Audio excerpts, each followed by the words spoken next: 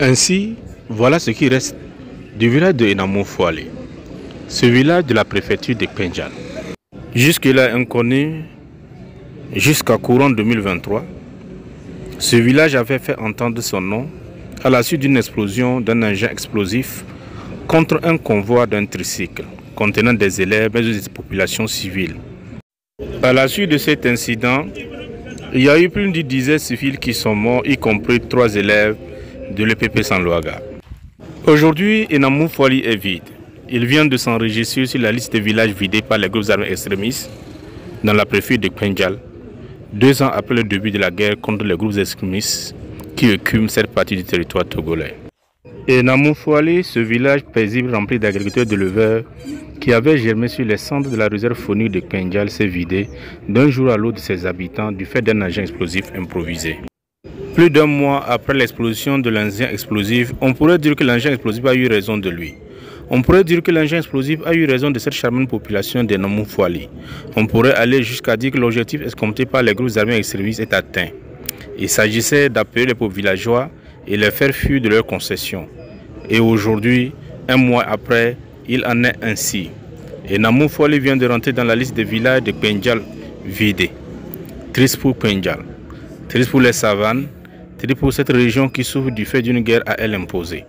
Il a suffi d'une explosion d'un engin que nos villages soient désertés de leurs villageois, lesquels villageois ont toujours vécu en bonne intelligence avec la patrie. Ils sont donc partis, chacun des villageois selon leurs horizons.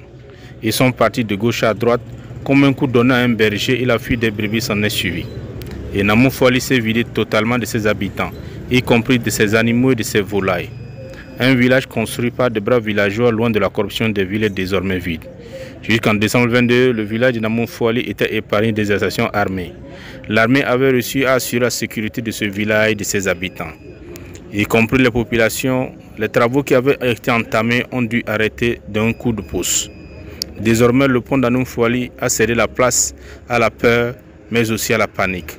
Il ne reste que les débris du tricycle qui avait sauté sur la mine, ce qui montre l'état dans lequel les populations ont dû quitter, de jour comme de nuit, ce village pour partir dans des horizons diverses pour leur propre sécurité. Enamou-Fouali est vidé, un village de plus, vidé de ses populations qui doivent apprendre à se réinventer après avoir construit un village, bâti de ses maisons, implanté pour un avenir aujourd'hui incertain. Cette triste histoire, cette triste situation que vivent ces populations montre combien de fois la guerre qui nous est imposée est une guerre lâche, une guerre nuisible pour notre propre sécurité, mais aussi pour nos populations, les populations les plus vulnérables qui vivent une fois de plus ce coup de pouce de guerre sur leur quotidien. Le sort du village d'Enamou-Fouali aujourd'hui visible de nos yeux est le sort qui est réservé à tout village dans le collimateur des groupes armés extrémistes si rien n'est fait pour arrêter la gangrène contagieuse. Depuis plusieurs mois, le Togo doit faire face à cette situation sécuritaire qui écume une partie de son territoire, comme les autres pays de la sous-région. Aujourd'hui, le village d'Enamou-Fouali qui pleure ses habitants, vidé complètement de tout ce qui était sa force, doit apprendre à se réinventer, mais se réinventer dans la paix, dans la sécurité. Mais en l'état actuel, Enamou-Fouali ne sont pas en sécurité. Et pour ces populations parties de loin, d'autres ont trouvé refuge à Penjal, d'autres dans le Bénin, d'autres à Dapon, d'autres à Saint-Cancé, d'autres à l'extérieur du pays. Ils attendent la vie, mais aussi la sécurité pour revenir. Enamou-Fouali s'est totalement vidé. Il ne reste que des débris de ce tricycle qu'on rencontre sur la route à l'entrée de la ville qui montre la situation dans laquelle les populations ont dû fuir. D'un jour à l'autre, une explosion qui a fait peur, une explosion qui a emporté des vies, des populations qui étaient sans défense, qui ont péri de façon macabre, qui ont péri de façon lâche, du fait des individus qui avaient des intentions inavouées qui sont pris aux populations civiles. Aujourd'hui, Enamou-Fouali est vide. La situation actuelle d'Enamou-Fouali doit nous interpeller tous. Il a fallu d'un village puis 2 villages comme certains pays de la sous-région pour que le pays en soit embrasé. Il faut tout faire pour que nos populations reviennent dans leur village, dans leur localité, pour vivre et se reconstruire.